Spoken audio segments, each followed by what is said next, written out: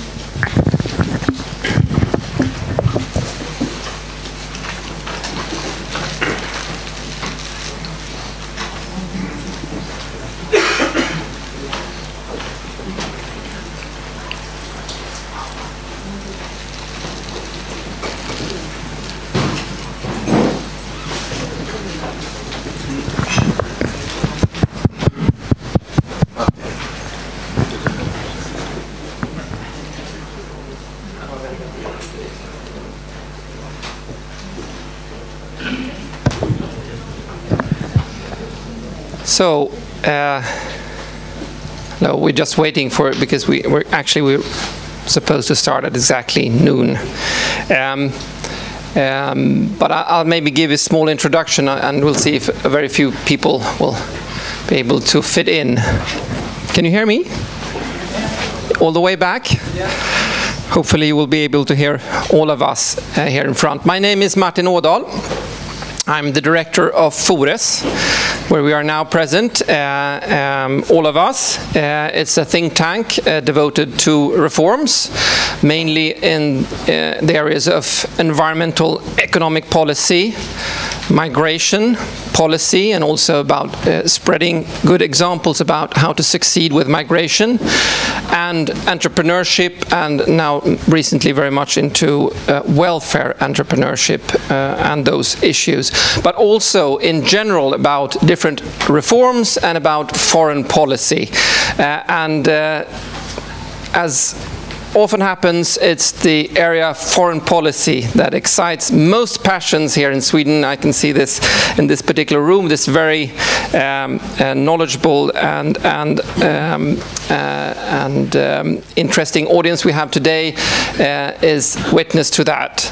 And given that this autumn will probably be very much dominated by foreign policy in the United States, we are today very honored to have this seminar together with the Research Institute of Industrial Economics, IFN, Institut för näringslivsforskning in Swedish.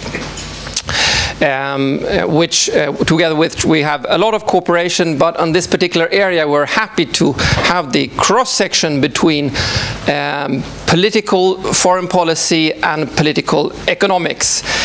Thanks to the presentation and participation of Robert S. Erikson from Columbia University. I will not go through his CV, it's just too long here, it's like a number of pages. But he is the professor of political science at Columbia University. He is the author of numerous publications. He is the academic mind behind many of the concepts actually used by different pundits and political experts within the present presidential campaign, and also he's a frequent commentator in the US media on this particular subject. He will introduce the subject today about the US presidential campaign with a small introduction, and then we will have a panel, a distinguished panel of Swedish-based experts, notably Jan-Erik Larsson, who is a well-renowned, should I call you a spin doctor, Jan-Erik? Is that too not enough differential? Anyway, he's been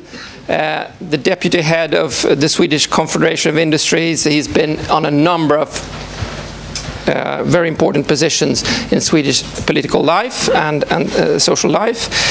We have Elisabeth Valentin, who is today a communication strategist and a political scientist on campaigning and media, but who has a degree from the Harvard Kennedy School of Government and has worked, which is going to be very interesting today, also with the actual campaigning on the ground for the Obama campaign, notably, and also been an intern inside the White House, so she's seen both the actual campaigning on the ground and also from the inside perspective. And finally, Ole Folke, who is the colleague and assistant professor at Columbia University of Professor Erikson, and who's co-authored several papers with him, who is also in his own right an academic in political economy here in Sweden with numerous publications and so on from the institute, the Research Institute of Industrial Economics, EFN, here. Now, I guess everybody is set. We will now start off with a discussion about the mechanics of forecasting, notably, and a prognostication about the elections by Professor Erikson. And then we will move into, after that, together with the panel, we'll continue with the present electoral campaign in the United States. I will first let the panel react and have a few questions within the panel, but very soon, prepare your questions. I will let in all of you who are here participating to ask questions, short questions, so we can have a maximum of questions afterwards. So, the floor is yours, Mr. Erikson. We're very happy to have you here. I will give you the floor for your initial presentation. Okay.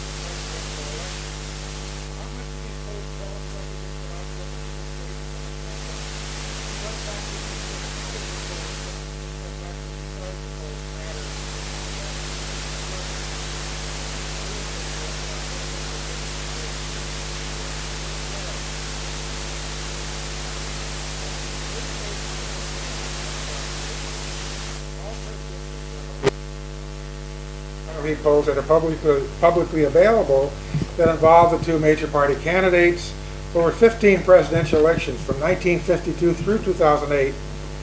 And so the plan of this talk is to illustrate what we have learned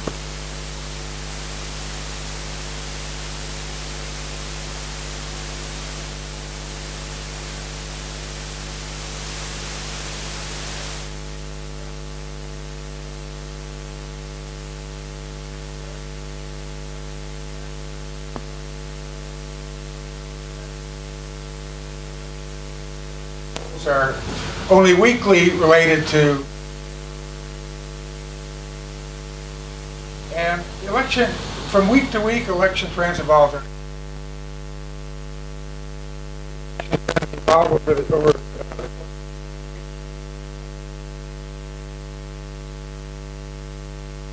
Public preferences are most stable during what we think of as the official campaign during the autumn of election year, September and October, where typically the polls move very slowly, and people have basically made up their minds by that time. When are trends most volatile? Well, a few times. Early in the year, when the people sometimes just get to learn about who the nominees of the parties happen to be. So in the spring of the election year, during the primary season, and then the period just coming up in 2012 during the convention season. So the outlook might look a lot different in September, right after the conventions, than they do right now, as the first of the two conventions is about to take place in a few weeks. And then also during the final week, maybe there's a lot of reshuffling of preferences during the final week of the campaign. Those are the three times we look for change, typically. And obviously, over the election year, the result is increasingly predictable from the polls. And by the end of the second convention, which is typically the presidential party's convention, let's say if you wait maybe 2 weeks after that convention for things to settle down, whoever is ahead in the polls is likely to be the winner. So about a month from now, we ought to know. And we also wanted to keep in mind that the trends move in the direction of the fundamentals of the campaign. So what that means for 2012 might be that we always know that the economy is a specter which basically might be helping the Republicans, but as the campaign moves on, it becomes less important than the polls themselves. Okay. Okay, here's a picture of all presidential polls over those 15 years, all in one graph. And you can see that each dot represents one of the 15 years, and we can see that we have, by the different time, the number of days before the election. The upper left-hand corner, 300 days before the election. In the lower right, 1 day before the election. And what we are predicting from the x-axis or horizontal axis would be what the polls say in terms of percent Democratic of the vote, and what the y-axis, a vertical axis, is the actual outcome. And that line represents the prediction of the polls. And we can see that the farther back you go from the lower right to the upper left, the more difficult it is to predict from the polls. So 300 days out, that would typically be January of the election year, and we can see that elections are fairly unpredictable from polls then, and they become closer. At 90 days out, that's roughly where we are now, between 90 and 60. You can see how the polls become more focused during that period from 90 to 60 days. There's all the graphs together over the timeline, undifferentiated by year. I'll just show that for the moment. And here they are a different way, where we're looking at each individual election over time, and that red line in each election represents the outcome. In other words, that's the target of the actual election results. And in each case, we can watch the vote over the 300 days, or whenever the polls began, as they predict the outcome. And you can see several things from this. Like in the more recent years, there's a lot of observations. Each dot represents either the poll of that day, or if there's more than one poll, the poll centered on that day. And you can see how the results gravitate toward the eventual outcome. Some elections have a lot of change, some not at all. Here are the last three elections, which you can look at in a little bit of detail. We start with 2000. That was when Bush beat Gore in the Electoral College, of course, but Gore won the popular vote by a slight amount. And that would be the red line. And you can see that Gore, and the y-axis represents percent Democratic. So you can see Gore was behind most of the campaign. Then he gained during the conventions, was ahead for a while. Then he lost it after the debates, and he regained his lead at the very end, but it wasn't enough to win the Electoral College. And you can see in 2004, where it's a very close election, you kept an election in 2004 with Kerry versus Bush. But you can see at the very beginning, with the blue line, you can see where Kerry was very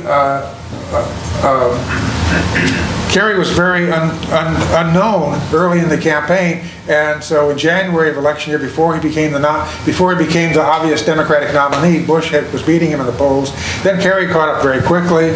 After the conventions, Bush gained the edge. Part of that may have been the Swift boat controversy, and toward the end, Bush was slightly ahead most of the time, although Kerry sometimes carried the day in terms of the polls one day or another. But from the fact that Bush was ahead of Kerry most of the time, you would have predicted correctly that Bush was going to win. Then you see the Obama-McCain campaign, where Obama had a slight lead throughout much of the campaign. He lost a little bit of that edge during the conventions, and then he regained a comfortable lead once the economy started melting down in September, and he had a lead that was sufficient to carry him to election day. So you can see there's some change, but basically a lot of stability. A lot of the zigzagging which we observe is not real, of course. That's just sampling error, that basically from one poll to the other is going to be some error, and that's what that represents.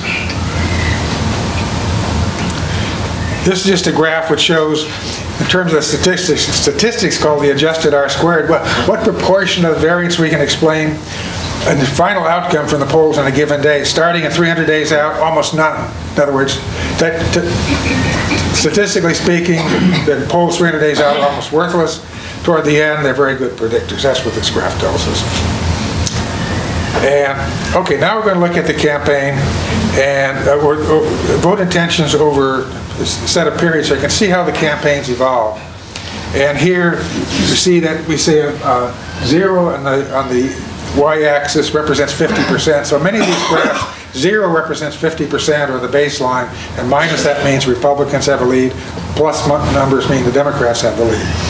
And it's a little bit, this is very messy, but in the upper left-hand graph represents all the elections from early April to just before the convention, where that's the amount of change we observe. On the right-hand side, from just before the conventions, just after, and the bottom, we see from after the conventions to not to election day, but to the final polls. And you can see that most of the change, the biggest change actually is during the convention season, more than before, and certainly more than from the conventions to just before the elections. So it's going to be more shuffling, we'd expect, of preferences during the next month or so than there will be during the final 2 months. That's the prediction. And we'd be more interested in seeing how each poll at each of those points predict the election day vote. And in the upper left, we can see how the April polls predict the vote. And if you ignore the 1964 outlier in the upper right-hand corner of that graph, you can see that polls in April don't amount to much in terms of predicting the vote. The upper right would represent just before the first convention, where we are today, and you can see how the polls predict the vote. Not that well, but to some extent. After the conventions in the lower left, you can see they really click in. So between the upper right and the lower left, that's a big change. And then finally, from the last polls on the lower right, from the very final polls to election day, obviously the final polls are very good predictors. So as the election, this represents the obvious point that as the campaign evolves, the polls become better predictors, but sometimes the conventions season is a particularly important part of that. Okay, in this graph, here we're representing not the vote for the Democrats, but the vote for the presidential party in the country. So, and what we show is in the left graph, the vote before the convention on the x-axis, predicting the vote between conventions. That is the vote margin in polls between conventions, looking at the effect of the very first convention. The very first convention will be held by the out party, the Republicans this year. And what this graph shows is that the out party generally gains. In other words, their convention is a plus, at least for the short term. And what this means, don't be scared, but maybe Romney will gain as a result of the first convention. That needs to be typical. If the Republicans do not gain from now to the first polls after the Republican convention, that would be a surprise. And then from those polls in between conventions on the right, we look at the support for the out party, and for the support for the in party, and there the observations generally above the line means that the in party generally gains that support back. So first you have a bounce for the out party, then a bounce for the in party, and then the question is where does it all settle? And now we're back to predicting the Democratic vote again. Here again, take a close look at the polls predicting the vote just before the conventions, where we are now. And the thing to observe is that we have a target at 50, through the 2 zeros, meaning the 50-50 mark. And the cases in the upper left or the lower right quadrant here, that means that the polls are mispredicting the winner. And in several cases, the polls at this stage mispredict the winner. You can see by slight amounts, but there are some mispredictions. Like 2004, technically Kerry was ahead in the polls, but of course lost the election. In 1988, Michael Dukakis, the Democratic candidate, was ahead, but he lost the election. In 1992, Bush was ahead, the Republican, but he lost to Clinton, and so on. So maybe one or two other examples where the polls at this stage of the campaign were simply wrong in terms of predicting the election. So that's pre-election. Now look at pre-convention, I mean.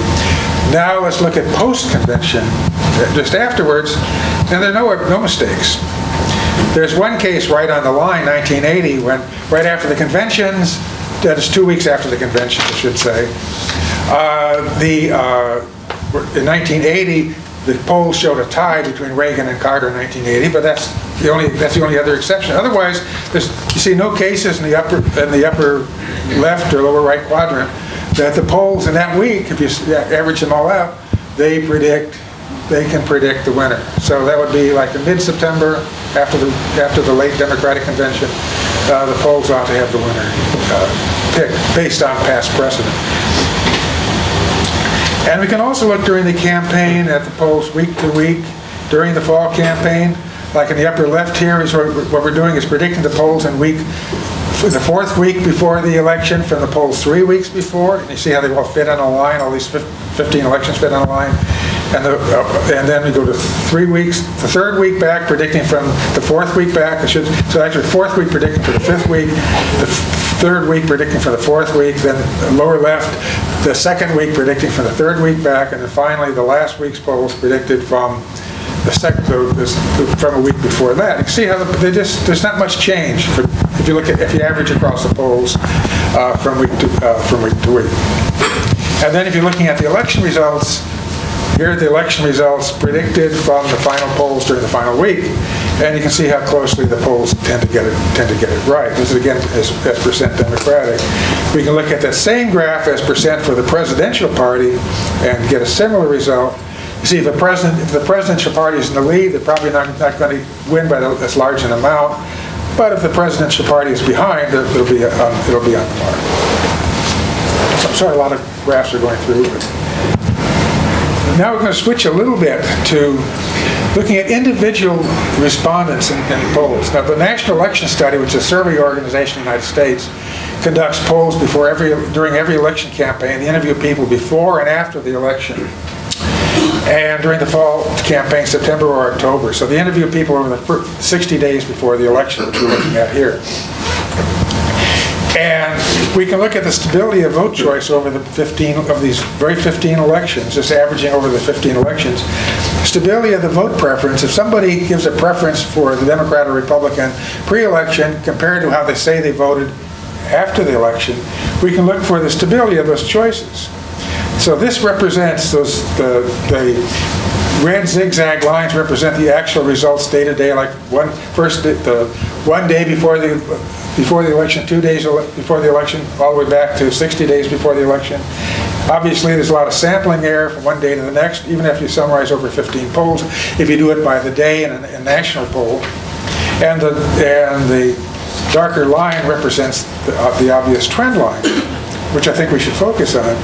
And so we can see to no surprise that the polls are, that you can predict individual votes better as time moves on, but not by that much, particularly when we take a look at the numbers, like it's about, range from about 93 to 95 or 96%. Most, in other words, maybe one voter in 20 typically might change their mind during that fall campaign, and it becomes less and less as the election approaches. So in other words, people make their choices and stick to it. And so the campaigns evolve mainly about trying to get people to the polls, get people to vote, to get the supporters to vote, and also to change the minds of very few people. If we look at if we break down this particular graph by the level of information that people have, we get the following result. So now we have the averages over by different levels of information. So we have an information scale, which is an attempt to standardize so each year is the same. And you can see that by the highest to the lowest level of information, it's the lowest level of information, that dashed line that extends down the farthest. Those are the voters who change their mind. So the American campaign is basically focused on those particular voters, people with less information, less informed, who might be available to vote. But everybody pretty much has made up their mind, of course, by as election day approaches. But particularly early in September of the campaign, some people are available, and those available for persuasion are the people who are the least informed. This is something which is well known about American politics, that basically the informed voters are influenced early, the others take a while. So we might want to take some time to forecast the vote, and forecast it from the trial heat polls we'll be discussing, and also looking at the economy. There's other things to look at, but let's take a look at those particular things. So I'm going to show two different economic indicators that might predict elections in the past. One is an objective indicator. That is the growth in per capita income over the 16 quarters of the election cycle. And it's a measure of per capita income that where we weight the more recent quarters more heavily than the past one. Each quarter is weighted 1.25 times the previous one. And it's a little bit complicated, but if you're familiar with Douglas Hibbs's measure of this, it's the Hibbs measure as he has presented it. So it's the objective economy as measured by personal prosperity. And then there's a subjective measure, which why don't we just ask people what they think? And there's different questions we could ask, but the one that works the best is one where we, based on the survey of consumer finance, which is asked every year, although not 1952, which is, we call it the business conditions questions, which people are asked, how have business conditions in the country gotten better, stayed the same, or gotten worse over the past year? Okay, so those are two different ways we can look at it. And then we can look at predict elections from a combination of economic conditions, the trial heat polls. We can also look at approval of the president and other indicators, and look at it at different dates of the campaign. Well, first of all, let's just look at these indicators and see where they were in the past and where they stand in 2012. Typically, those two indicators go together, but not so much this year for some reason. So let's look at income growth in the vote. Do it two ways. Look at income, where the income growth measure is in April, predicting the polls in April. And on the right-hand slide, income growth in November, in the final days, predicting the vote in November. Now, in each case, these are based on sort of interpolated by results, where income growth is normally done by quarter, but we're sort of interpolating for a particular date. And on the left-hand side, we can see that, particularly if you if you avoid or ignore the 2004 case in the corner, that basically income growth as of April doesn't predict the polls very much in April. So, for example, income growth as of 2008 was pretty disastrous, and yet Obama didn't really benefit from it at that time. Income growth in 1992 was not particularly good, but Clinton did benefit at that date. In other words, it took a while for those for that to emerge. But by November, we get sort of the income, the effective income growth becomes clear, it becomes more in focus. Can we see this okay? I just realized that is it visible? No. I'm talking about things you can't see.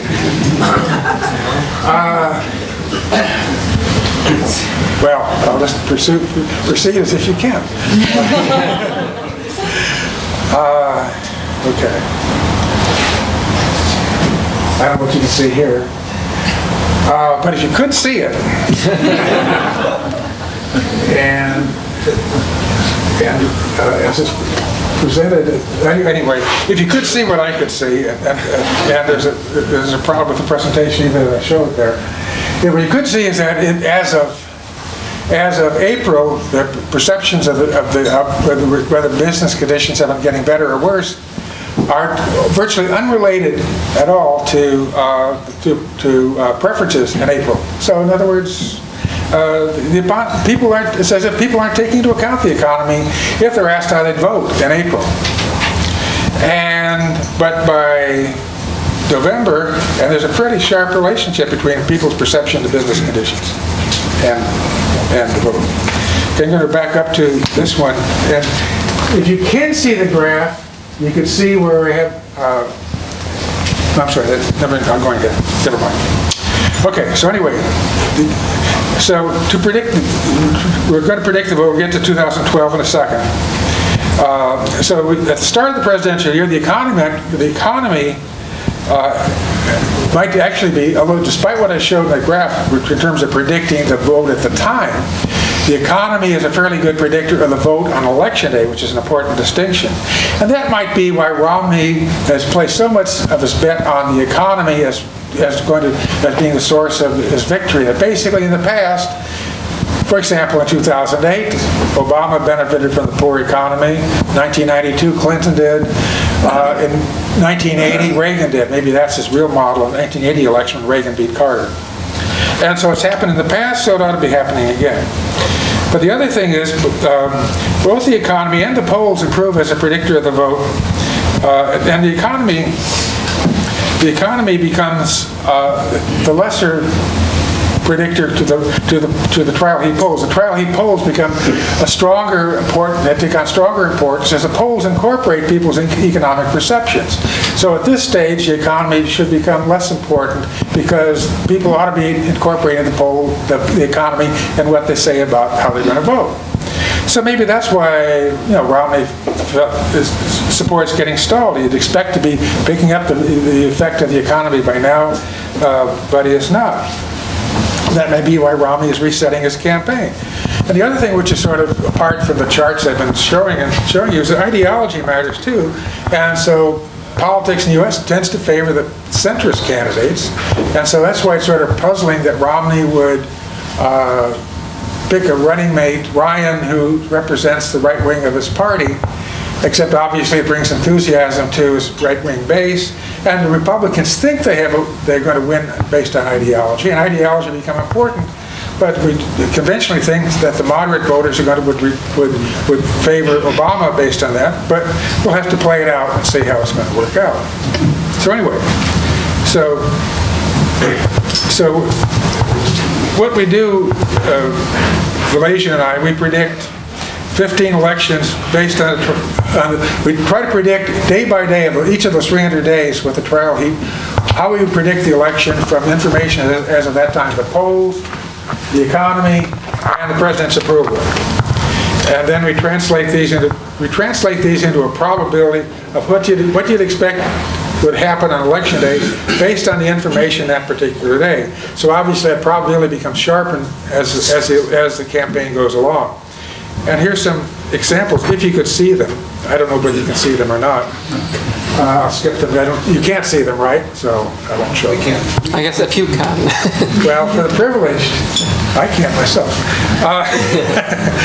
But they show 4 elections when the president faced an uncertain re-election. One is 1976, and each case, what we're looking at the y-axis now is not the vote, but the probability that the Democrat is going to win.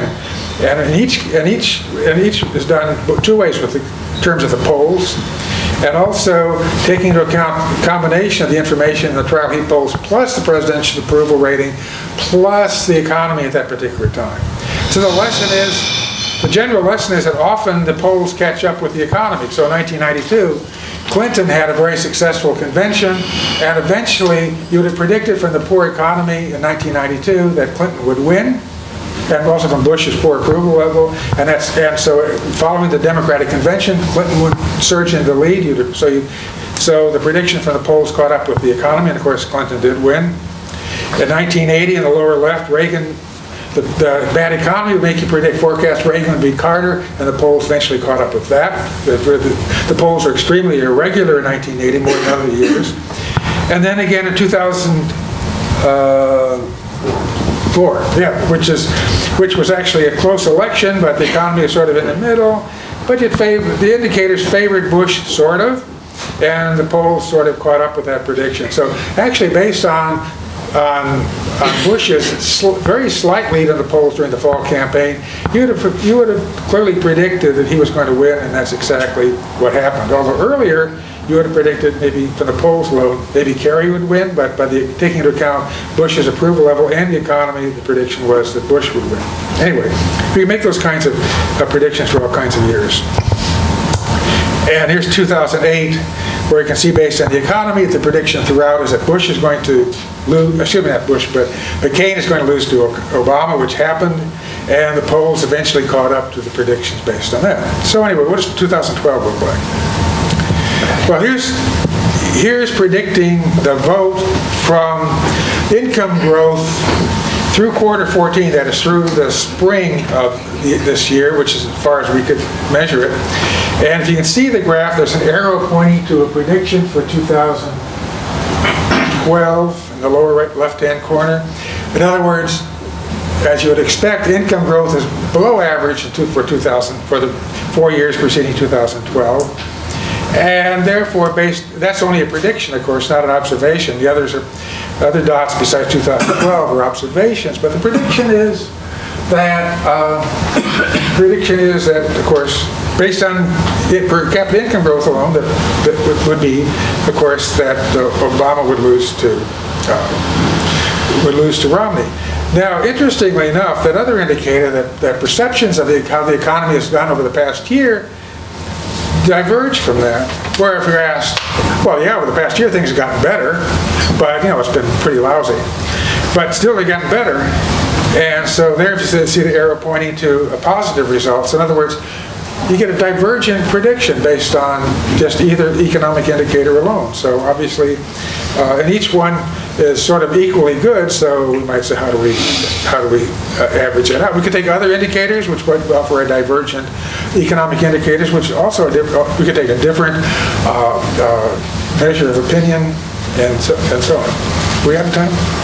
Okay, let me just say, here are the predictions. 59% probability using cumulative income growth. That is taking account the economy, presidential approval, the trial heat polls where the economy is the income growth, and 80% if we take into account the business conditions. And of course, obviously we can't predict with any certainty, so you're back to where you started. I'm sorry.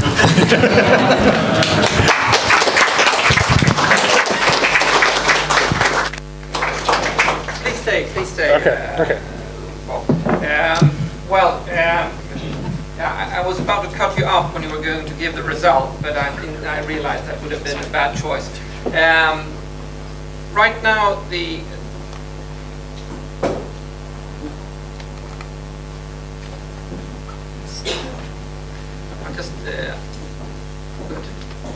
now everybody can hear you fair and square.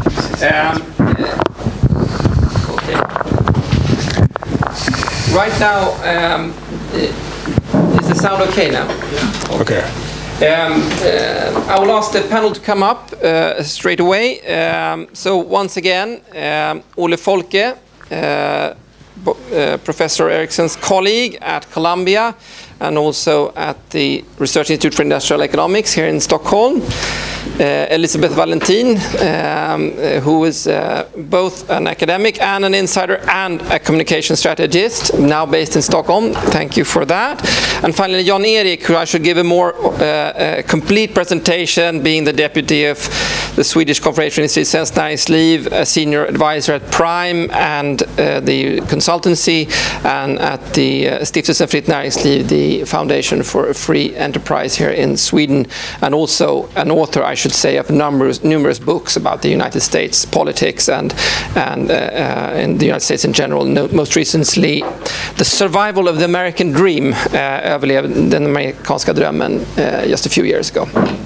So welcome up. Before I give you the chance to comment, I'd just like to ask a few points of information, or just two, to Professor Erikson, having listened to your presentation. Right now, according to the Real Clear Politics weighing the standard, so to say, of opinion polls, Obama has a 3% advantage, but 47.2 to 44%, and in the Electoral College of 237 leaning electoral votes towards 191 for Romney and 110 undecided, according to the absolute latest recording that I took now before the seminar. So is that really, according to your polls, that is actually enough, or is it a sort of a pre-convention? Is this a typical result, or is it a big advantage? What would be your estimate given all those numbers? I would say, as a bottom line right now, I'd say roughly 70 or 80% chance Obama's going to win, as a subjective estimate, based on, and of course that's not much comfort either way. But if the polls are if you have obviously Obama has a lead right now. If you took an election tomorrow, I'm quite confident Obama would win. Of course, the question is, what would happen with the conventions and other events? And I don't have a particular reason to suspect the conventions are going to upend that. We'd worry about some things that are actually on the slide behind you, which are, is there going to be another economic shock? Is there going to be, what about all the super PAC spending that Republicans are going to have an advantage on? How are people going to evaluate that policy debate over health care and other issues that Romney's nomination of Ryan suggests is going to happen? We think we know how that might happen. We think the conventional wisdom is advantage Obama, but of course we can't be sure. So we have lots of questions. When you say after the convention, in fact, how long after the convention is that? Is that a few weeks after the convention, just a week, or just a few days? Well, the conventions typically end on a Thursday, and then skip the following week, and then look at the polls during the week after that. And that's when I would look at it. Right. Yep. Okay, we're coming into all those other issues very soon. What would be the immediate comment from you, Elizabeth? Well, I also agree that I think Obama's going to win, but something we need to think about as well is the whole, what we call the GOTV efforts, get out the vote efforts in the U.S. We can't just poll people and assume just because people say on the phone that, yes, I think I'm going to vote for Obama, that they actually will be at the polls on election day. You have a much higher percentage of voters in Sweden, and we have a lot more hurdles to get to the polls. We have people who don't have rides to get there. We have people who say they're going to vote, and then they have heard the results another time zone away and say, it looks like it's good for my candidate, I think they'll stay home. So for people like myself who've worked in campaigns, we put a huge, huge effort on that mobilization at the very end to make sure that people who say one thing in the polls actually are going to get out there and vote. So that's a huge challenge for us who've worked in campaigns. I give the word to Jan Erik first.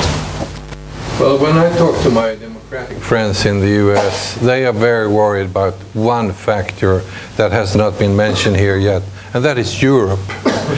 Because the economic situation in Europe is very fragile, and my Democratic friends are very worried that Europe will lead the world into a deep economic crisis that will affect the outcome of the election in November. So I think that however many polls we'll see, we are in for an exciting fall, and there is no way to determine who will be the winner, and I'm certainly not at all certain that it's possible to say anything now or even at the end of September, because as we saw in 2008, the fall of Lehman Brothers changed, and the way McCain behaved then changed the whole logic of that presidential election campaign, and we could very well see something with similar dramatic effect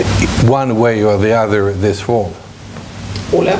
Yeah, so you actually stole my comments. I think turnout is a key issue that we often don't think about here in Sweden, given that we have so high turnout. So it's not only about convincing people who to vote for, but also convincing people why to vote. And I think that might explain the choice of Paul Ryan as the VP candidate. That's one way of exciting the base and getting people on the Republican side to come out and vote in a larger extent.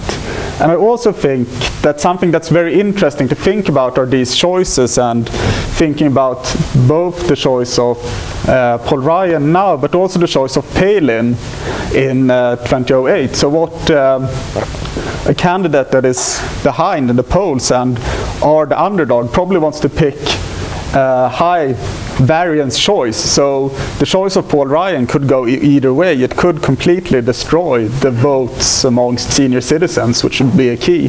So it's a high gamble, but it could play out very well as well. So you want to really have these big gambles as a candidate that's behind. If you're going for the safe bet, you're going to lose with a small margin, but a safe margin. And if you're trailing, you might lose by a lot, but you might get that big boost that might help you on election day. Econometrician gives the strategist right in this speculative choice.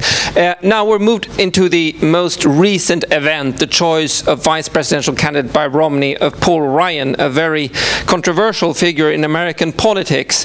And once again, you mentioned also, I think, that only 1 out of 20 voters decide in the end to change their vote. But in fact, those are swing voters. And this, it seems, as Elizabeth was saying and several others were saying, that they want to rally the base instead. This is the big dichotomy in the US politics. What do you say? What do you all say about the choice Paul Ryan only mentioned, but what do you others say about the choice of Paul Ryan as vice presidential candidate? Is this a speculation? Is it a rally the base strategy? Yeah, it's an appeal to the base.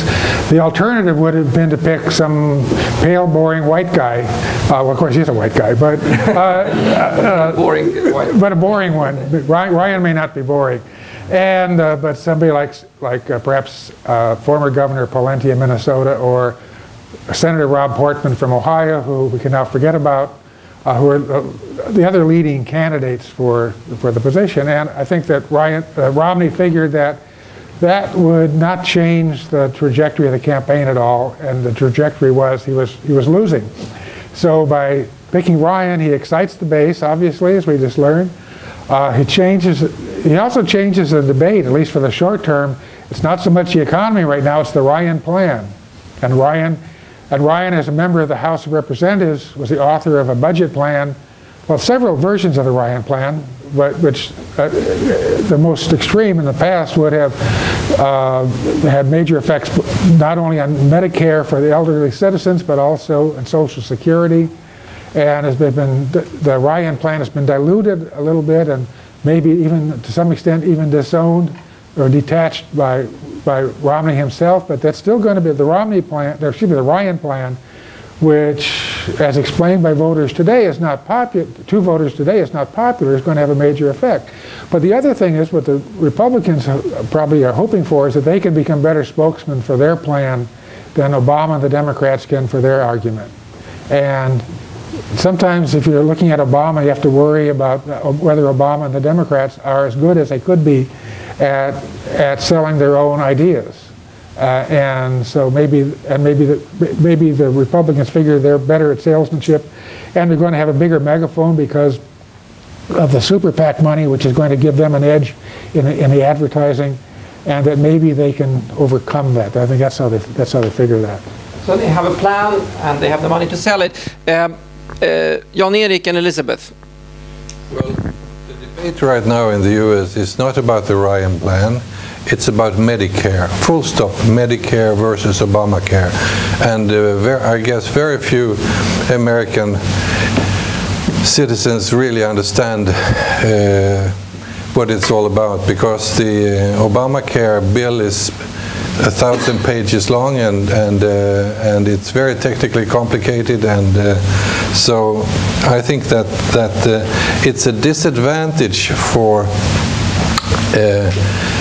Mitt Romney to have this focus on Medicare and Obamacare, because I think that what he's been running on all the time up till he picked Ryan was the economy, and I think that if Romney doesn't manage to move back the debate to the overall economic situation, that will mean that his choice of Ryan was a disadvantage for him. Right now, it's not the Romney-Ryan team, it's the Ryan-Romney team. And that is certainly the biggest advantage with Ryan is that he's a very smart, very telegenic politician, and the Vice President of the United States is not a very smart or telegenic person, and he makes very stupid comments every day now, and I think that the debate between the Vice President candidates will be a disaster for the Democrats. But that usually don't matter, does it? No. In past elections, we looked for disasters or train wrecks involving vice presidential candidates, and it didn't even happen with Sarah Palin, so maybe. But we're talking already about the Cheney of economic policy now with Ryan. But what about this, Elizabeth? What about? I would definitely agree that the Ryan pick is a huge gamble when it comes to senior citizens, because traditionally, as I was saying about get out the vote efforts, you can guarantee that senior citizens are going to be there. They're going to be at the polling station. They're going to vote, and they tend to vote Republican, and they're the group that obviously were so influential for Bush, and they live in Florida, and they live in these key states. And if Romney was to just lose a very small percentage of those senior citizens, just a very small percentage of the ones that already support him because of Medicare issues, and people are very nervous about what's going to happen to my Medicare, how will it change? As Jan Erik says, people don't even really understand it totally, but they just are nervous about change there. So right there, that's a huge risk he's taking. But my general view is with Ryan is everybody's happy. The Republican base, and particularly far to the right, is happy with him, obviously. But even a lot of Democrats are very happy that this was the choice compared to some of the other players. So everyone gets something for this. It definitely is a shot in the arm, I think, to the race. It's going to be, I don't know how it will, as you said, it might not even make a difference in the polling, but just for the people on the ground, it is definitely a big energy kick, because things were getting a little bit slow in this race. We have Romney, who's very cautious and careful about what he says, and Obama is as well. There haven't been that many dramatic things being said, with the exception of what Biden says, as you were saying all the time. So this could be very interesting, but a risky choice too, in particular with senior citizens.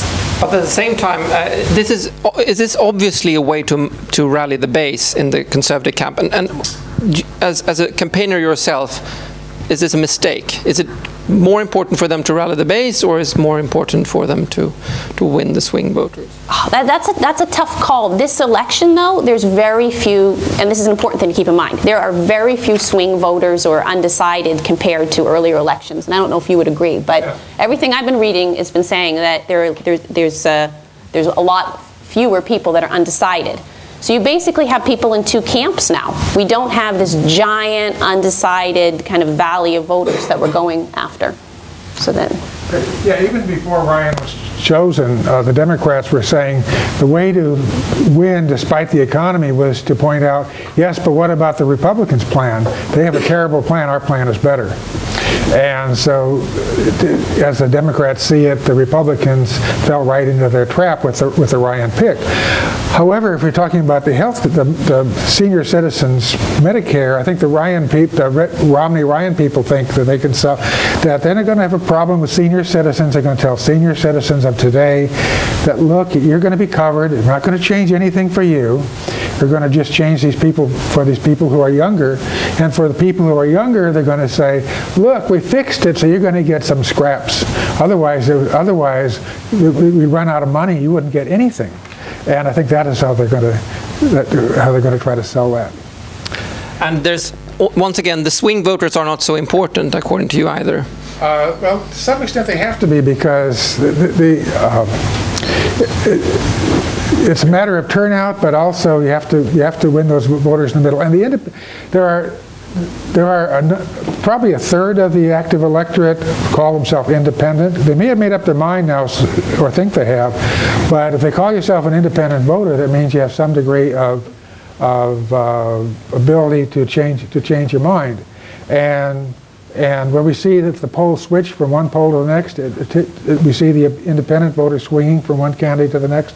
So there is some play there. Not a lot, but there's some play. It's not just a tug of war to get to whose supporters come out to the polls, but also some convincing of people that your side is correct. And I think that's still going to be the case. The Democrats keep hoping, they hope, I don't know if that's correct, but they hope that since this is a high variance pick, that they can not only win, but win big from the Ryan nomination. We'll see if that's the case. It's the electoral college that decides who will be the next president. And swing voters are only interested in swing states. Yes. Well, they're only interested in the swing states, I guess. Yeah.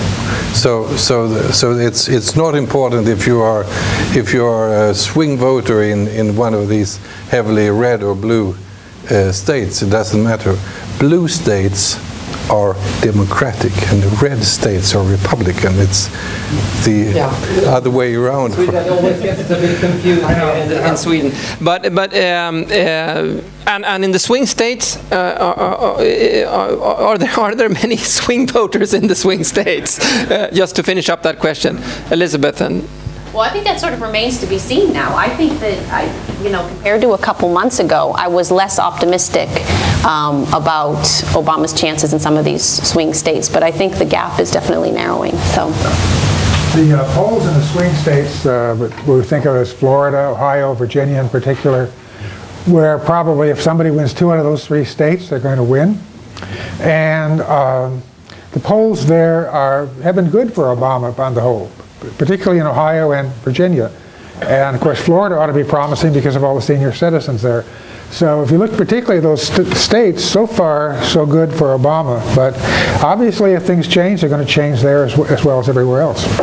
Okay, Ole? Yeah, I should add that if you look at the structure of the Electoral College for this election, it gives Obama an additional advantage as it looks now. So in that sense, even though we might lose the popular vote by a very narrow margin, he would probably still win the electoral vote and win the carried election. So in that sense, and that might differ from year to year as well, what the structure is of the Electoral College and who is to benefit from that.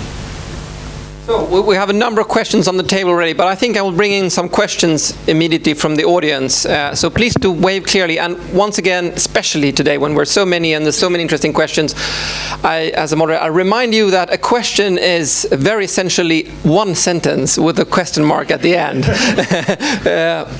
Please.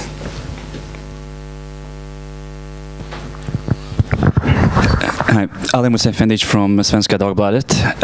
I have a question for the professor, and everybody is, of course, welcome to comment. Romney had a trip overseas recently that hasn't been very successful, especially in Europe, which is pro-Obama as it is.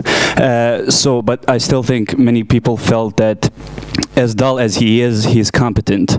And now it showed that his competence is fairly limited to economic issues and not so much to foreign policy. How has the reception been in the US? Has it been as dramatic? Has it affected his campaign as much as it might seem from our perspective?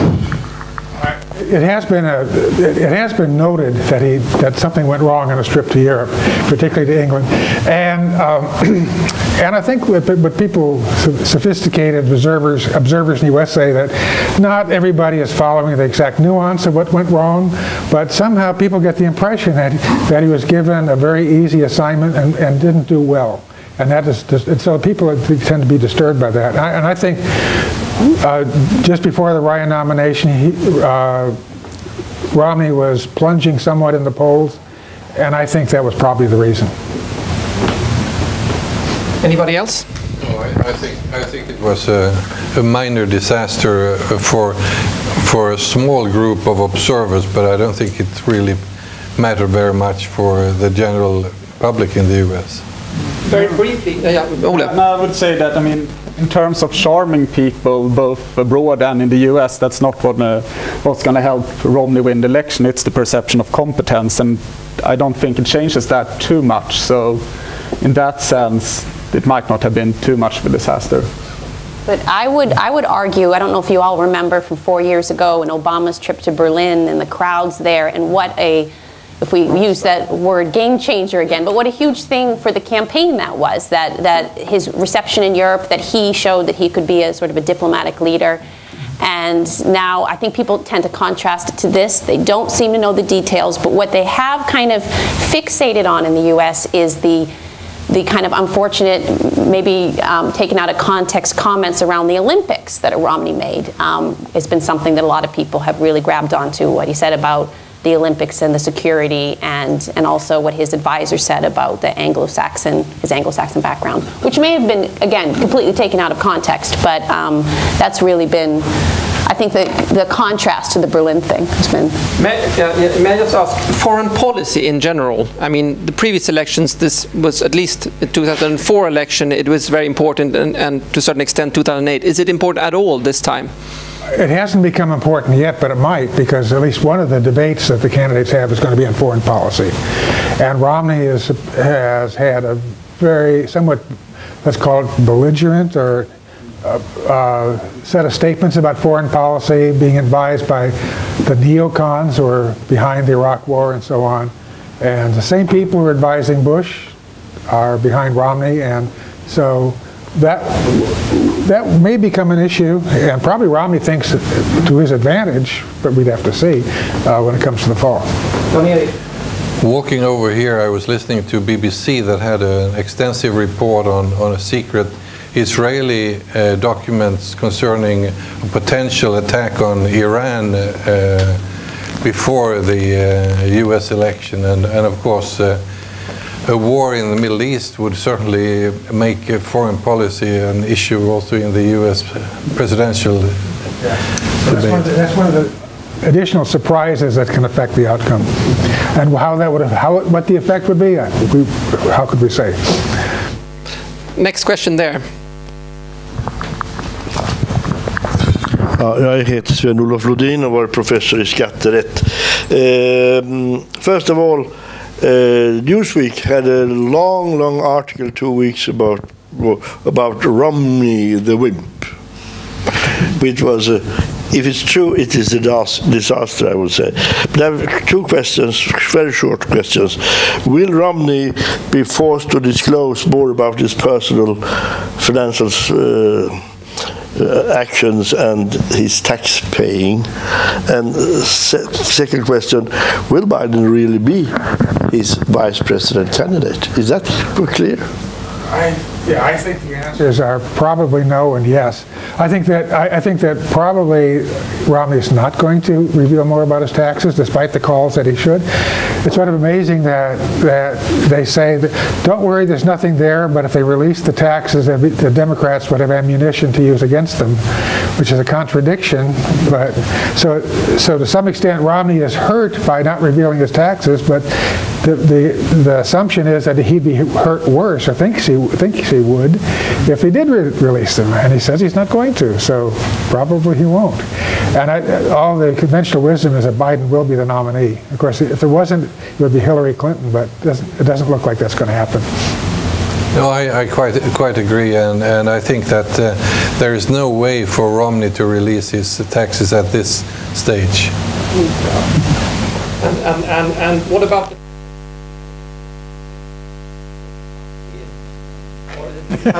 some call him a Republican Kerry. I mean, it takes out of an issue of from the election, and that's the whole sort of the right's attack on elitist democratic politicians that has been an issue before in both in the last 3 elections where you have the Republicans attacking them from that angle, but they can't do that now. But I mean, that's not a surprise. They knew what they were getting picking Romney. They were not going to get this commander-in-chief, this charming, inspiring leader. They're going to get a Wimp in Swedish. Wimp, peg. Mes. Mes. Yeah.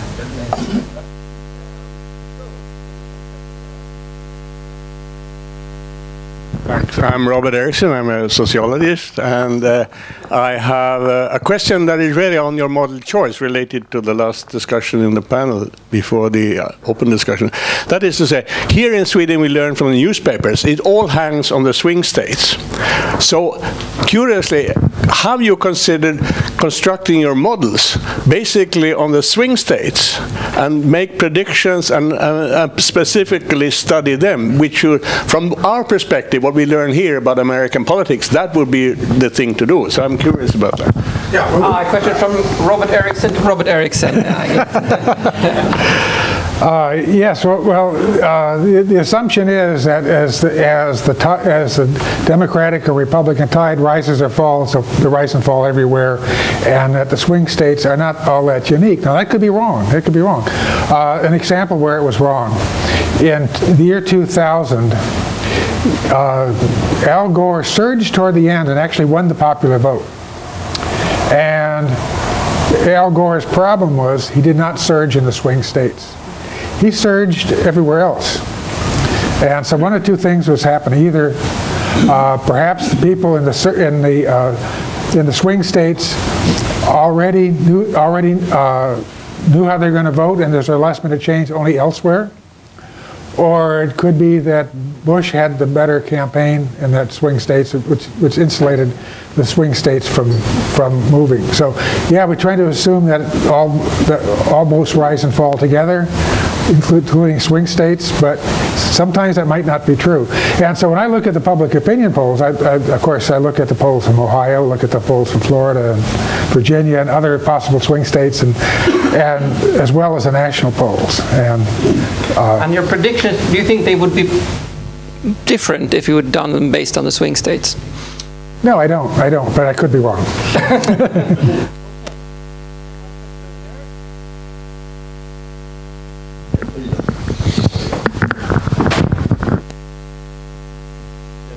Richard Murray from Global Utmaning. There is much obsession in the Swedish media about the evangelical right. So there's a lot written about that, about them. So what is their real weight in this election in present-day United States? I tend to think things have happened. I think the religious right probably comprises, depending how you define it, something like 20% of the electorate, who might vote 80% Republican. On the other hand, there might be the other 20% of the electorate who represent racial minorities who vote at least 80% Democratic. So they're sort of balanced out, and then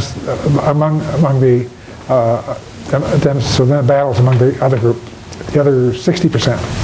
And so the religious right has become a force for the Republican Party, and it wasn't always that way, but it has become so, of course, in recent elections. I don't understand fully why that's the case, but obviously it's the case. For this election cycle particularly, the religious right was probably more a factor in the primary elections, with the fact that Romney being a Mormon. That probably played a role there and made it harder for him to win that election. But still, in the general election, they're going to vote Republican, so the only issue is, can we get them out to vote or not? And some say that it was a strategy in 2004, for example, to put these same-sex marriage initiatives on the polls to get these conservative voters coming to the polls by having an issue that they deeply care about. So now this time it's Obama who's pushed the same-sex marriage and those issues. That could be rallying the base. He probably calculates that he wouldn't lose too many swing voters based on that, but he is going to draw a lot of support from the base on that and get at least some excitement. Elizabeth, religion. Here's the thing. The religious right, they're going to rally around Romney. Obviously, he's a Mormon, and he's in this election together with a Catholic. What's special about that is, I believe, the very first Republican Party ticket where you do not have a Protestant or born-again Christian on the ticket. If, you know, Protestant/born-again Christian, which is unique. The thing is that this group of voters tends also to be sort of issues-based, and one issue that's really important to them is obviously the abortion question, which is something that Ryan has been very vocally opposed to. And if they can just drum up that a little bit here towards the end, I think you could definitely get a little bit of mobilization from the churches, because they really don't have an alternative, frankly, with Obama when it comes to these issues are just black and white for them. It's make or break. And the Mormon issue doesn't count in this. I think it's what you said too about that mattered more in the primary as well. But it's interesting to notice that of the 4 candidates, there are 2 Catholics, 1 Mormon, and 1 Protestant, and the Protestant is President Obama. So they say. Let's see. I forgot what I was going to say. I'll pass. Never mind. We'll come back anyway. If there's not one immediate question now, yes, maybe we'll have a question about the economics now, or I don't know. No. Not so. What I would like to hear is what you're told so far. What does that have as implications for the Congress election? Yes, the big block in the American politics. You are an expert on balancing, Bob, actually, that you vote one way in the presidential election and maybe, or in the gubernatorial election, another way in the congressional elections. And we have a big gridlock in Washington. What will happen with that? Well, I think that before the Ryan pick, I thought the best the Democrats would get would be maybe more of the same. In other words, probably a Republican House, maybe and maybe a Democratic Senate, but not even that if Obama got reelected. The alternative would be probably Republican Congress and President. Now, with the Ryan pick, that might change. In other words, there is a chance for a big Democratic win if the Democrats are right about how they perceive things, which is a very big if. That it could be a good year for the Democrats. On the other hand, as you mentioned balancing, this is just sort of on one hand, on the other, if everybody thinks that Obama's going to win, then there's reason to vote Republicans to keep him in check, right? So that's what people think. And so we really don't know about Congress, and Congress is very important. I take a look at the Senate, looking at all the individual Senate races up for election, and it's possible the Democrats can hold the Senate. It's possible the Democrats would lose the Senate. It's possible Democrats could lose big in the Senate. There's all kinds of possibilities there. The Democrats are probably going to gain strength in the House, but things might have to happen for them to actually win the House majority back. Olle, we're also co-author about the balance. That's right. Together with Bob. Yeah, so I could mention that research. That's another sort of balancing that actually might help Obama this year, and that's the governors in the states. So the conventional wisdom is actually that governors are going to help their co-partisan candidate. So that's what everybody says, but that's actually completely wrong. So we've been able to show in a paper that's hopefully coming out as a working paper soon that the direct causal effect, so this is the pure effect of getting a governor from your own party in a state, is a penalty of about 3 percentage points. So that's a quite big factor that could. How do you explain this? Oh, that's a big question. So balancing would be the most likely explanation. So we see this reaction amongst moderate voters. So the one explanation would be a governor pushes policy in their direction. The voters respond to that. For example, if you look at Wisconsin, you probably have a lot of moderate voters fed up with Republicans, given that the governor there is dismantling the unions. And that might lead to a backlash against the Republican candidate in Wisconsin. So that would be the factor coming in there. There's also the most obvious kind of balancing is that Obama might be helped from the perception that we have a Republican Congress, or Republican House anyway.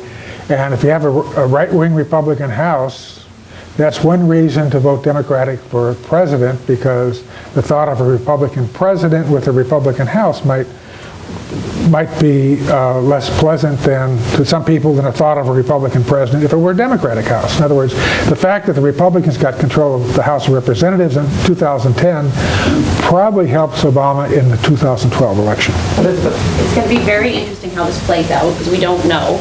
But the thing is I think there's kind of been a drum roll among Democrats and even some centrists of like, wow, Obama could accomplish so much more if he just had some congressional backup. If they, he comes up with these great ideas, and why can they never come through? And what's holding him up? What's that gridlock happening, and how can that change? Which is the same sort of questions, obviously, that came up for Clinton when Clinton was trying out his ideas. So it's going to be interesting to see what the reaction will be. Jan-Erik. Don't forget that Obama had a Democratic Congress his first 2 years and didn't accomplish very much. But all those economists who are exasperated that the US can't get their act together on their fiscal policy, they are going to have to wait more then, because it's going to be pretty polarized campaign you mentioned before now with the Ryan nomination and other issues. So you will end up with polarized parties and new gridlock. Is that right? Probably. Each party is hoping for a resolution of the gridlock in their favor, and it's not likely, but it's possible, one way or the other. The fathers of the Constitution wanted gridlock. I mean, that's the whole system is a gridlock system. So lack of gridlock is the abnormal. Okay, a question right there. Yes, you probably need a microphone, so we have a lot. Thank you. My name is Tom Hart. I was once an American a long time ago, and I was also a retired professor. Nothing has been said about the question, how do polls themselves affect the outcomes of elections? In a handful of states, I think Taiwan and Israel perhaps, you may not publish any polls the last 2 weeks before the elections. It always seemed to me like a good idea. But what people, I can imagine if people think that guy is going to win, as you point, why go out and vote, for instance, if he's a clear winner, if the polls say he's going to win. Do you have any comments on those things? I tend to doubt that there's that kind of effect where people don't vote. If people didn't vote because of the outcome, it'd probably work on both sides, because if they thought they knew the outcome. But I think where the polls have an effect is on the perception of how the race is going and who's ahead, which clouds, for example, the media coverage gets distorted by the sense of who's ahead, and so whoever's behind might be not treated fairly, and so on. So I think that the perception of how close it is has an effect on the dynamics of the election, including the coverage of it. Some people think that there's a big effect at the end in terms of people turning out or not, depending on whether they know the outcome. Particularly if it's on election day itself, where if the news of how the election is turning out became too public on election day or election night, people might stop. Late goers to the polls might not show up, and so that's why they don't show results of exit polls on election day anyway. But in the days before the election, I think it's fine to have election polls myself. Elizabeth, you've been part of getting out the vote. Does it affect the... Up an important point, and I'm thinking back, of course, to 2004 when we all thought Kerry was going to win. There were those exit polls showing that he was going to win, and people were pretty confident. And I was at the Kerry victory party in Boston, and I remember as they were calling the different states and just looking at my watch, it was like 8:30 at night, and we still thought it was going to be Kerry because we were so confident about these exit polls. And a lot of people in the media were also saying things, and who knows if it affected people in the West Coast and their voting. But what we saw then after that, I think with Obama in 2008, I think everybody was really cautious about reporting anything or saying anything towards the end because no one wanted to inappropriately tip the balance of what was supposed to happen. So I think even within the campaign, I think we felt a little less sure what was going to happen compared to 2004 because no one really knew what was happening in those final polls. I think it's a very good question, but it's actually two questions. One question is the one that Elizabeth talked about, the exit polls. I mean, the media, the competing media companies tend to publish exit polls too soon on election day, considering that there's a time difference between the East Coast and the West Coast. But the second part, I think, is much more of your question. The second part of your question is much more relevant for a small country like Sweden than for the US. I follow polling in the US, and you have a dozen polls every day in every state. So there are so many polls. So I just doubt that they can be very influential on electoral choice. But the exit poll is another debate. I remember 2004 as well, and I was working for the CBS News, the Columbia Broadcasting System News. I was there on their TV studio on election night. I can watch this unravel, sort of the expectation from the early exit polls. So they were unofficial, of course, but things that were leaked that Kerry was doing very well, and then the gradual realization throughout the night that was not the case. I always felt sorry for poor John Kerry, who people would say, "Congratulations, Mr. President," to him, and then he found out it was not true. In 2008, the polls are much more heavily sequestered, so it was really hard to tell what the exit polls were going to say. So it has probably come to pass so that the exit polls are not going to be leaked in the future like they had been in the past.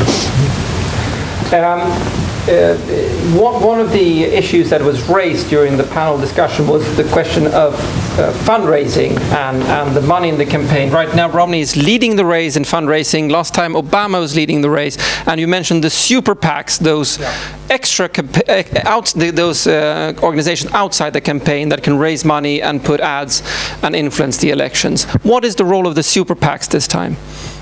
Well, so far it's been largely, many of the ads we've heard about, I'm sure in Sweden as well as the US, we generally don't see them on TV, but we learn about them as news, are organized by the super PACs, which are not allowed to, apart from the official campaign, they're not allowed to coordinate with the official campaign, but they can advocate for the candidate, and so the Republicans have an edge in money. And one of the problems there is that there's no, with the super PACs, there's no limitation on what rich people can give to the campaign. So billionaires are giving the Republicans an edge. There are more Republican billionaires than Democratic billionaires, and that's going to matter in this election. Yeah, I think the super PACs come in also in a way on how the campaign is conducted in terms of negative campaigning, because now you can conduct a negative campaign without accountability.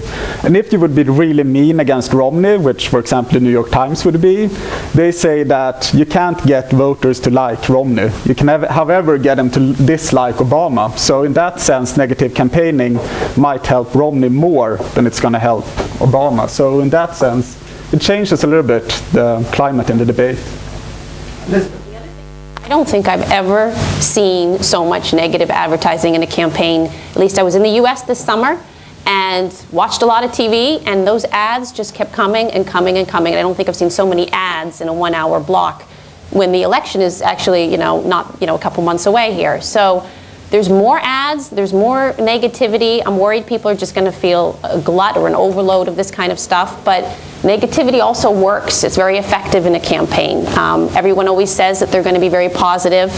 Obama is kind of known, at least in the veneer, of being a very positive guy. But even in the last campaign, there was a negative tone to a lot of his ads because they're effective. Erik. There was an interesting story in the Post, the Washington Post yesterday by Dan Balls, their political commentator, about the negativity, and he feared in that piece that the effect, the long-term effect of this very negative campaign will be detrimental to solving some basic issues in the American political scene, the economy, and so on. And the actual lead of the money in itself, is it important? No, I'm not quite sure. I think that it may very well be that a lot of money is wasted on TV commercials that nobody pays any attention to. I mean, there is there's absolutely, as Elizabeth is indicating, a risk for an overload. And Elizabeth, you model Obama campaign 2008. It was famous Swedish politicians, consultants went in droves to the United States to learn about the campaign. Will we have a repeat of that? The fantastic SMS, the website, the Facebook, all the veneer. Is it going to come back this time again? Well, what we're seeing now, both sides are using the same tactics as well. So a lot of the stuff that only Obama was using last time with some of these SMSs and some of these kind of more high-tech social media things, I think both sides are using very effectively. We have two highly organized campaigns this time, because I would venture to say that I don't think the McCain campaign was quite as well organized as the Romney campaign is very well organized. So I think both sides are going to be using these tactics. Bob and Jan-Erik. Elizabeth, when you were seeing all these ads this summer, you must have been in a swing state this summer. I don't see. That's what I was wondering. I was in Maine and New Hampshire, and Massachusetts. So some of those might have been New Hampshire, maybe. Maybe New Hampshire. Well, I'm going to the Republican convention in Tampa next week, or the week after next week, but from what I've seen this far, there is nothing new in campaign techniques. I mean, it's Obama 2008 now by both camps, but there's been very little new innovation now. Yeah. Very little innovation as far as I've seen this far. But I'm going to take a close look at the Republicans. We've reached a plateau in campaign technology right now.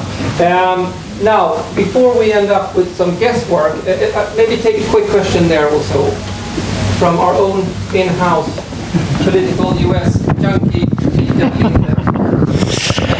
All right. Yeah, what I really liked in the 2008 campaign was how the Obama campaign was embodied the message, how it was a popular movement, and the message was it's about us. So I'm wondering, have you seen anything that's sort of similar this time? Because I think it's kind of hard to see what the underlying sort of structure is, both in the Obama campaign and the Romney campaign. Do they have are they sending a message, a moral message, or that they don't pronounce explicitly? And the second question is, how do people perceive Paul Ryan? He's sort of he's a congressman. He's been for a long time, and as far as I can tell, Republican congressmen, or all the congressmen, are really unpopular. So it surprised me that they choose him as a candidate. But maybe that's not the perception of him. Can we quickly take the embodiment of the campaign, and maybe also, yeah, Elizabeth? That's a good question you're asking, and I think when it comes to the messaging, we have to remember what was really special 4 years ago, that this was a completely new candidate, a completely new movement. It was sort of a revolutionary change, and you always tend to see when you have an incumbent who's running for re-election, that the energy isn't quite always there with picking the right slogan and everything. You can even just compare it to Clinton in his first administration and his slogans there. Do you remember what his initial Clinton in... Never stop thinking about tomorrow. Yeah, in his bridge to the 21st century. And there was a lot more excitement anyway the first time around than the second time around. So I think that tends to be the case. I still think he'll have the edge, but it tends to be the case when it's that. And in the Romney campaign, there was even there are a number of articles about the Romney people sounding like they were selling detergent or something when they called people. Is there really enthusiasm there, or will it come now with Ryan, or trending towards the second question? We have said that it's a very negative campaign, and that goes for both camps. So there's very little positive messages. There are lots of negative messages. And when it comes to Ryan, I don't think that he will be perceived as a congressman. But yesterday, Gallup published the most recent figure for the approval of Congress, and it was 10%. So it's the least popular institution in the U.S. So can somebody in the panel explain how they could pick a congressman at this point, Republican congressman, as their lead figure? They picked Paul Ryan. Yeah. Okay. So that's maybe the answer. Now, I can't leave you without asking the fundamental strangeness about the presentation that Bob made, that the economy is bad and there's also the risk for a November surprise in the form of a euro crisis, Greece exiting the euro or something that will shake the world, and at the same time it really doesn't seem to matter, because you were very high on the percentages of Obama win, both in your personal predictions and the calculations you made. Yes, I think that's because the economy is not everything, and if it was just the economy, or particularly the worst economic indicators, then Obama's approval rating would, while it's not great, would be worse. He would not be ahead in the polls. And the fact that he's ahead in the polls and he's close to even, as close to 50% approval, which is not great, but those kinds of things matter. And I think that also that people recognize that the economy is in poor shape, not just because of, let's say, failings by Obama, but because of what he inherited. If people will still say who's responsible for the bad economy, who's the most responsible, they'll still say by a wide margin, President Bush. So that's why we can't really make a simple, straight-line prediction from the economy. It's a fantastic new theme in international politics. In the French campaign, in the Swedish campaign, everybody says it's not our fault. It happened somewhere else, the crisis. So we're just dealing with it. Now, how come, Bob explained sort of, what do you have something to add? Why is the economy not in the end so important? John Erik, you were talking about it. It may very well be before November 6th. You can ask, why should it be important? The president doesn't have that much effect on what particularly if he's hamstrung with Congress, what can he do? What should he, and it's something you can observe and punish or reward a president because you can observe it, but you can ask what the president can do too. In every democracy, the sitting government is judged on the state of the economy, so whether they can influence it or not. So the final words from Olle and Elizabeth also before we go to your own prediction here. Yeah, no, so I mean the economy, it's improving relatively at least, so that might be helping Obama in terms of the economy. So, I mean there are other factors coming in. He's the incumbent is always heavily favored in those types of aspects, and Romney's not a fantastic candidate. He's not a fantastic candidate personality-wise, so that might... Elizabeth. Here's the thing. I think why the economy matters to some extent is the economy right now in the fall and their reactions to it, their plans about it, is an indication of their leadership or their leadership potential. That's why, just like Jan Erik was talking about earlier, it was such a significant thing in 2008 after Lehman Brothers, when McCain and Obama were involved in the negotiations and trying to find a solution there. That had an effect on the election, because that was something where, wow, this indicates something about how they could lead. So it depends on really what happens to the economy and how bad things spiral down and how much they can demonstrate that they have the ability to lead the U.S. out of that crisis. So it's not over yet. And is Ryan an asset there still? Because he knows his figures. He's been lecturing Obama in Congress and so on the figures. Is he an asset, do you think, Elizabeth and John Erik? Well, I'll just say, from the policy wonk perspective, and there's a little bit of that in me still, I'm pretty excited. I mean, it's kind of exciting about Ryan that he actually brings some actual policy positions into this, because we Democrats have been saying all along, why doesn't, where are Romney's concrete proposals for things? What is he, in a concrete way, going to do? And John Erik, who's the closest we come to Republicans of Swedish citizenship. I'm non-partisan. Yes.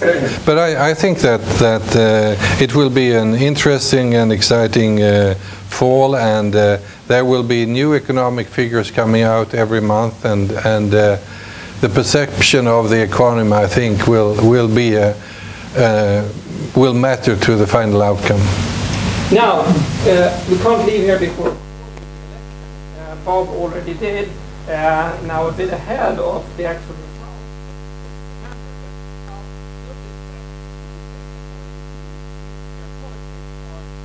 Ohio, Florida, Colorado, Iowa, Nevada, New Hampshire, North Carolina, Virginia, and Wisconsin. So I'd like you to call those states. We begin with Wisconsin. Who will win Wisconsin? Jan Erik? No idea. The Republicans. The Republicans. Olle? No idea. Hard to say there, yeah. It's a close call. Democrats. Virginia. Democrats. Oh, this one. This is where I worked, by the way, for the Obama campaign, was Virginia. But I'm worried about that, actually. There's a lot of talk that that actually might be one of the states to move. Might go Republican.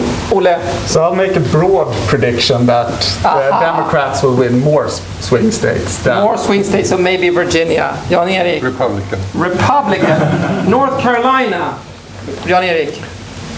I don't understand why that is on the list of swing states. It's a Republican state. It's a Republican state. Okay, Ole, agree? No, but I mean, that list, I should add that is probably wrong, because, I mean, given that the state is closed now, it's not that important. What is important is if the state is closed, given that the whole election is closed as a whole. So if I have a shift towards Romney, what states will be in place then? Well, North Carolina, you didn't answer, but okay, North Carolina. But they're calling North Carolina a pink state, and I'm not exactly sure what they mean by that. But I think they mean that it's sort of leaning red. But I will guess Republican. Republican. New Hampshire, quickly. Democrat. Democrat. Democrat. Yeah. Democrat. Nevada? No, those are small states, though, but please. I don't know Nevada that well. I would say Democrat. Democrat. Yeah. Democrat. Iowa? Toss-up. Yeah, that's tough. Yeah, could be either way. Yeah. Either way, Colorado. Now we're reaching the result here. Now with Democrats, I would say, yeah. Yeah, that could go either way too. See, there's still Democrats. The West. And now finally, Florida and Ohio. I've been keeping some kind of head count here. Florida. Republican. Republican. Yeah, I'd say so. Yeah. Everybody. And then finally, Ohio, which would probably make up, if I counted right, be the deciding factor here. Democrat. Democrat. And Democrat. So normally this would mean that everybody answered that Obama won. We'll see if that actually is the case. Jan-Erik. It could be that way, yeah. Obama, you think so? I mean, yeah, he's definitely the big favorite. And I mean, the recommendation would probably be that go out and bet on Obama, because actually he's now got 54% on the Iowa electronic market. So but here's the thing: you just heard from all of our uncertainty with those swing states. I think there's still a little bit of possibility. It's not done yet. You have to get out the vote. Finally, Bob, you have the last word. And I think Ole's point is important, that it's a question of if it were really close, what would be the real swing state? And that'd probably be Ohio, maybe Florida. We could have Florida all over again if it were really close, or Ohio, or maybe 2 or 3 states in very close competition on election night. We'll have to see. It's not really up made, but Obama has a clear lead. The economy might surprise us, but is as yet not being enough. Ryan, definitely not decided yet, but should be not a negative. And you should look for the conventions. That's right. And also, every election we say this is more important than the last one. That's what people are saying. So in 2008, everybody said this is a really important election. In 2004, they did. And that's kind of, it may not be an excitement, but a feeling of intensity, I think, is there this time. Thank you very much. One thing that I didn't get a chance, I should present IFM, which I'm the one representing here, so that you know who's the co-host together with Forrest here. And we're an independent research institute in economics, and mainly do research related to business questions, so näringslivet, but also other questions. And we are basically aiming to do top research in terms of getting top publications abroad, but also research that's relevant for the Swedish economy. Say that, because we're very thankful to have the cooperation with you, with Bob, and with the Research Institute for Industrial Economics, IFN, on this particular venue.